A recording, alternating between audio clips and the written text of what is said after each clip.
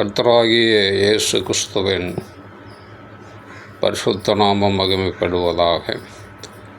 இன்றைக்கான வேத பகுதி நியாயாதிபதிகளின் புஸ்தகம் 7 மற்றும் 8 அதிகாரம் வாசிக்க கேட்போம். இந்த வேத வாக்கியங்களை வாசிக்கிறவனும் கேட்கிறவர்களும் அதன்படி கை கொண்டு நடக்கிறவர்களும் பாக்கியவான்கள். வாசிப்போம். அப்பொழுது கிதியோனாகிய யெருபாகாலும் அவனோடு இருந்த ஜனங்கள் யாவரும் காலமே எழுந்து புறப்பட்டு ஆரோத் என்னும் நீரூற்றின் கிட்ட பாளையம் இறங்கினார்கள். மீதியானியரின் பாளையம் அவனுக்கு வடக்கே மோரே மேட்டிற்கு பின்னான பள்ளத்தாக்கில் இருந்தது. அப்பொழுது கர்த்தர் கிதியோனை நோக்கி, நான் மீதியானியரை உன்னோடு இருக்கிற ஜனத்தின் கையில் ஒப்பு கொடுக்கிறதற்கு அவர்கள் மிகுதியாக இருக்கிறார்கள். என் கை என்னை இரட்சித்தது என்று இஸ்ரவேல் எனக்கு விரோதமாக வீம்பு பேசுகிறதற்கு இடமாகும். ஆகையால் பயமும் திகிலும் உள்ளவன் எவனோ அவன் திரும்பி கீலேயாத் மலைகளில் இருந்து விரைவாய் ஓடிப்போக கடவன் என்று நீ ஜனங்களின் செவிகள் கேட்க பிரசித்தப்படுத்து என்றார். அப்பொழுது ஜனத்தில் 22,000 பேர் திரும்பி போய்விட்டார்கள். 10,000 பேர் மீதியாக இருந்தார்கள். கர்த்தர் கிதியோனை நோக்கி, ஜனங்கள் இன்னும் அதிகம், அவர்களை தண்ணீர் அண்டைக்கு இறங்கி போக பண்ணு, அங்கே அவர்களை பரீட்சித்து காட்டுவேன். உன்னோட கூட வரலாம் என்று நான் யாரை குறிக்கிறேனோ அவன் உன்னோடு கூட வரக்கடவன். உன்னோட கூட வரலாகாது என்று நான் யாரை குறிக்கிறேனோ அவன் உன்னோட கூட வராதிருக்க கடவன் என்றார். அப்படியே அவன் ஜனங்களை தண்ணீர் அண்டைக்கு இறங்கி போக பண்ணினான். அப்பொழுது கர்த்தர் கிதியோனை நோக்கி, தண்ணீரை ஒரு நாய் நக்குகிற பிரகாரமாக அதை தன் நாவினாலே நக்குகிறவன் எவனோ அவனை தனியையும், குடிக்கிறதற்கு முழங்கால் ஊன்றி குனிகிறவன் எவனோ அவனை தனியையும் நிறுத்து என்றார். தங்கள் கையால் அள்ளி தங்கள் வாய்க்கு எடுத்து நக்கி கொண்டவர்களின் இலக்கம் 300 பேர். மற்ற ஜனங்களெல்லாம் தண்ணீர் குடிக்கிறதற்கு முழங்கால் ஊன்றி குனிந்தார்கள். அப்பொழுது கர்த்தர் கிதியோனை நோக்கி, நக்கி குடித்த அந்த 300 பேராலே நான் உங்களை இரட்சித்து மீதியானியரை உன் கையில் ஒப்பு கொடுப்பேன். மற்ற ஜனங்கள் எல்லாரும் தங்கள் தங்கள் இடத்திற்கு போக கடவர்கள் என்றார். அப்பொழுது ஜனங்கள் தங்கள் கையில் தின்பண்டங்களையும் எக்காலங்களையும் எடுத்து கொண்டார்கள். மற்ற இஸ்ரவேலர் எல்லாரையும் தங்கள் தங்கள் கூடாரங்களுக்கு அனுப்பிவிட்டு அந்த 300 பேரை மாத்திரம் வைத்து கொண்டான். மீதியானியரின் சேனை அவனுக்கு தாழ்விடமான பள்ளத்தாக்கில் இருந்தது. அன்று ராத்திரி கர்த்தர் அவனை நோக்கி, நீ எழுந்து அந்த சேனையிடத்திற்கு போ, அதை உன் கையில் ஒப்பு கொடுத்தேன். போக பயப்பட்டாயானால் முதலில் நீயும் உன் வேலைக்காரனாகிய பூராவும் சேனையினிடத்திற்கு போய் அங்கே என்ன பேசுகிறார்கள் என்று கேள். பின்பு சேனையினிடத்திற்கு போக உன் கைகள் திடப்படும் என்றார். அப்படியே அவனும் வேலைக்காரனாகிய பூராவும் சேனையின் முன்னணியிலே ஜாமம் காக்கிறவர்களின் இடம் மட்டும் போனார்கள். மீதியானியரும் அமலேக்கியரும் சகல கிழக்கத்தி புத்திரரும் வெட்டுக்கிளிகளைப் போல திரளாய் பள்ளத்தாக்கிலே படுத்து கிடந்தார்கள். அவர்களுடைய ஒட்டகங்களுக்கு கணக்கில்லை. கடற்கரை மணலைப் போல திரளாக கிடந்தார்கள். கிதியோன் வந்தபோது ஒருவன் மற்றொருவனுக்கு ஒரு சொப்பனத்தை சொன்னான். அதாவது, இதோ ஒரு சொப்பனத்தை கண்டேன். சுட்டிருந்த ஒரு வார்கோதுமை அப்பம் மீதியானியரின் பாளையத்திற்கு உருண்டு வந்தது. அது கூடாரம் மட்டும் வந்தபோது அதை விழத்தள்ளி கவிழ்த்து போட்டது. கூடாரம் விழுந்து கிடந்தது என்றான்.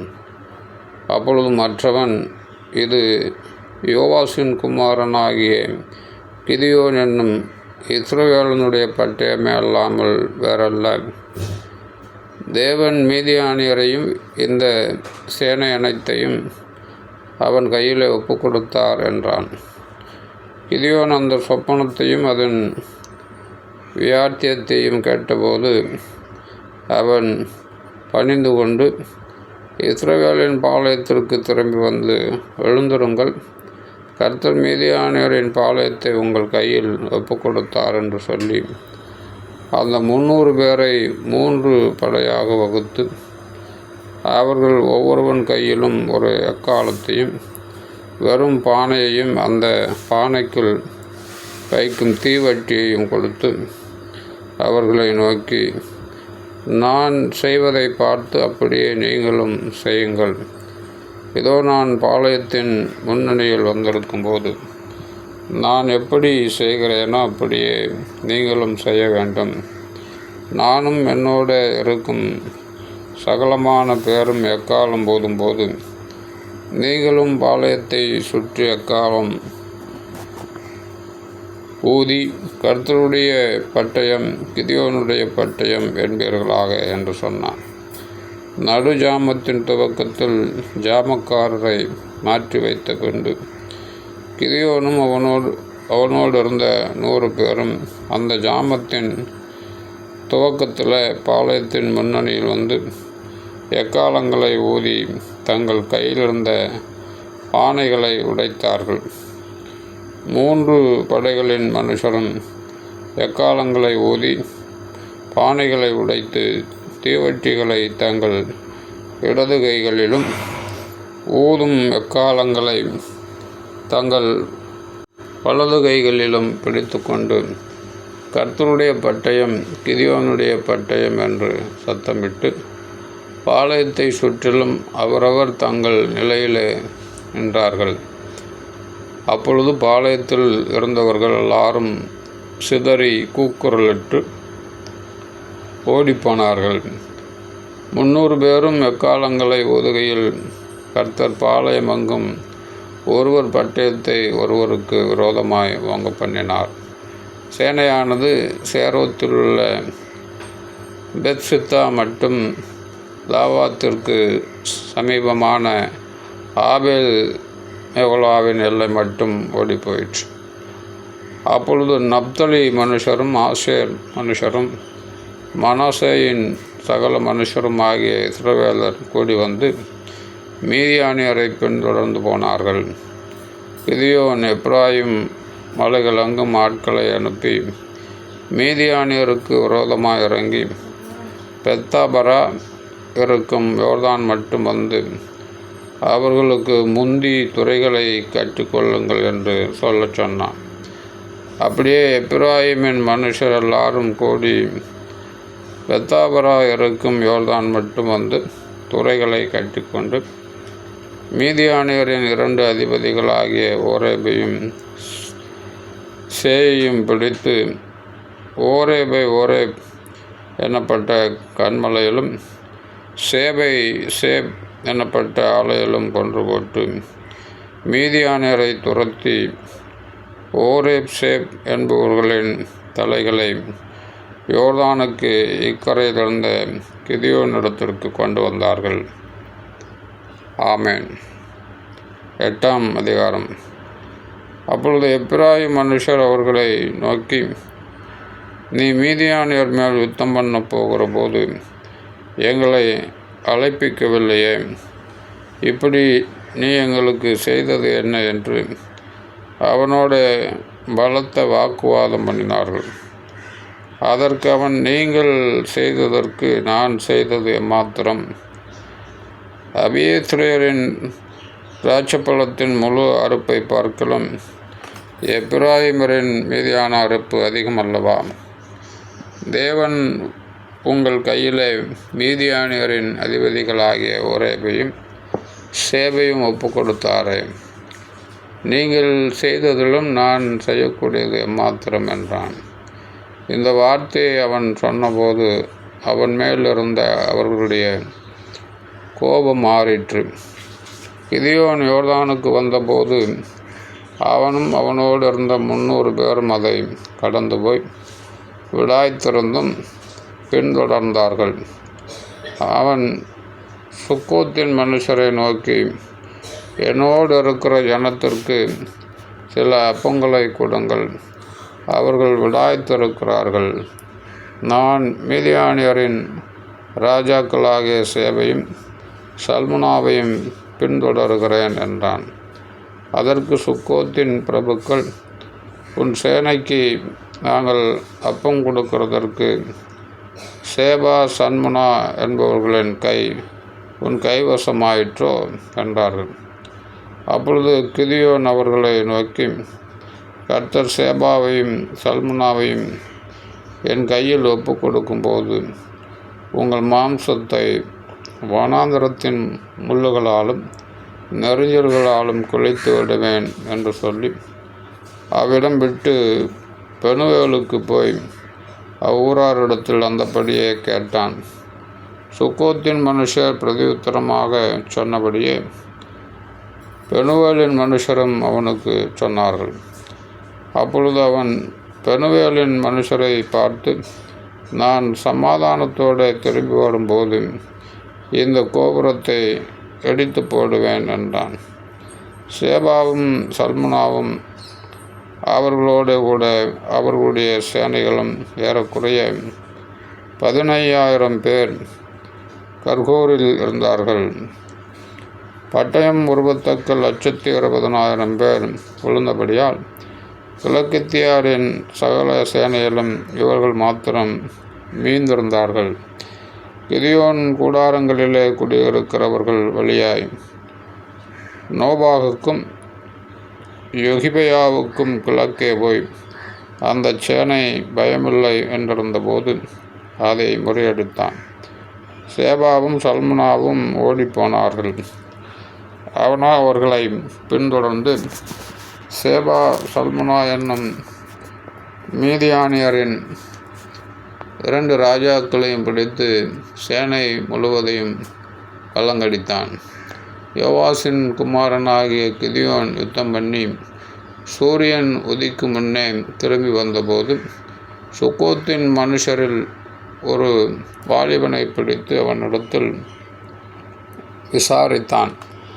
அவன் சுக்கோத்தின் பிரபுக்களும் அதன் மூப்பருமாகிய 77 மனுஷரின் பெயரை அவனுக்கு எழுதி கொடுத்தான்.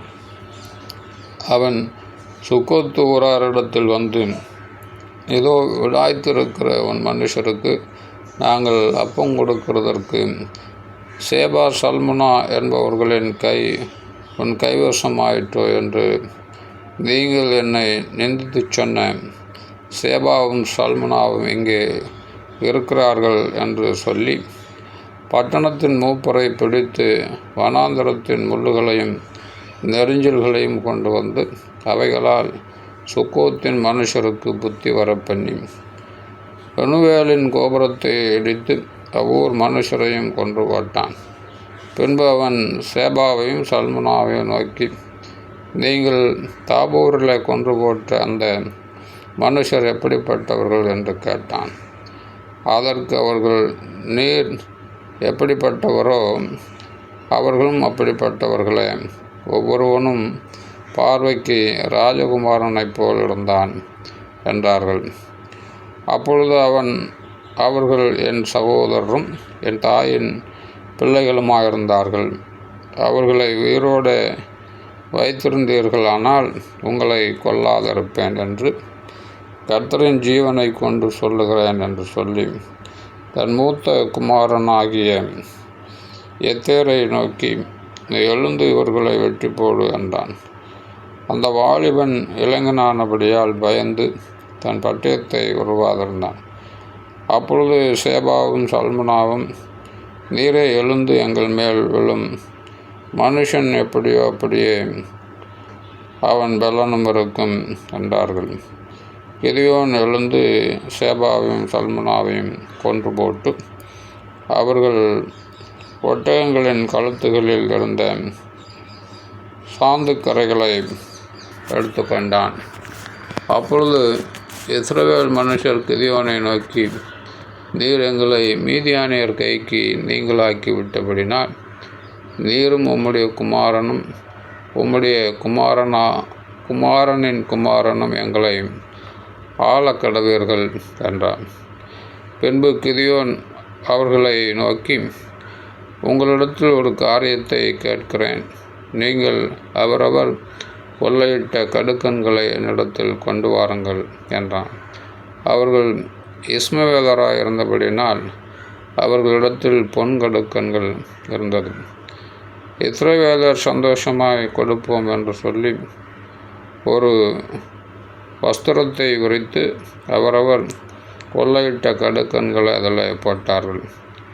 பிறை சிந்தாக்களும் ஆரங்களும் மீதியானியரின் ராஜாக்கள் போர்த்து கொண்டிருந்த இரத்தாம்பரங்களும் அவர்களுடைய ஒட்டகங்களின் கழுத்துகளில் இருந்த சரப்பணிகளும் அல்லாமல் அவன் கேட்டு வாங்கின பொன் கடுக்கன்களின் நிறை 1700 பொன் சேக்கலில் நிறையாயிருந்தது. அதனால் கிதியோன் ஒரு ஏபோத்தை உண்டாக்கி அதை தன் ஊரான ஓப்ராவில் வைத்தான். இஸ்ரவேலர் எல்லாரும் அதை பின்பற்றி சோரம் போனார்கள். அது கிதியோனுக்கும் அவன் வீட்டாருக்கும் கன்னியாயிற்று. இந்த பிரகாரம் மீதியானியர் திரும்ப தலையெடுக்கக்கூடாதபடிக்கு இஸ்ரவேல் புத்திரருக்கு முன்பாக தாழ்த்தப்பட்டார்கள். தேசமானது கிதியோனின் நாட்களில் 40 வருஷம் அமைதலாயிருந்தது. யோவாசின் குமாரனாகிய யெருபாகால் போய் தன் வீட்டில் வாசமாயிருந்தான். கிதியோனுக்கு அநேகம் ஸ்திரீகள் இருந்தார்கள். அவனுடைய கர்ப்பப்பிறப்பான குமாரர் 70 பேர். சீகேமில் இருந்த அவனுடைய மறுமனையாட்டியும் அவனுக்கு ஒரு குமாரனை பெற்றார். அவனுக்கு அபிமெலேக்கு என்று பெயரிட்டான். பின்பு யோவாசின் குமாரனாகிய கிதியோன் நல்ல விருத்தாப்பியத்தில் மரித்து ஓப்ராவில் தன் தகப்பனாகிய யோவாஸ் என்னும் அபியேஸ்ரியனுடைய கல்லறையில் அடக்கம் பண்ணப்பட்டான். கிதியோன் மரித்தபின் இஸ்ரவேல் புத்திரர் திரும்பவும் பாகால்களை பின்பற்றி சோரம் போய் பாகால் பேரித்தை தங்களுக்கு தேவனாக வைத்து கொண்டார்கள். இஸ்ரவேல் புத்திரர் தங்களை சுற்றிலும் இருந்த தங்கள் எல்லா சத்துருக்களின் கையினின்றும் தங்களை இரட்சித்த தங்கள் தேவனாகிய கர்த்தரை நினையாமலும் கிதியோன் என்னும் யெருபாகால் இஸ்ரவேலுக்கு செய்த சகல நன்மைக்கும் தக்கதாக தயவை அவன் வீட்டாருக்கு பாராட்டாமலும் போனார்கள். ஆமென்.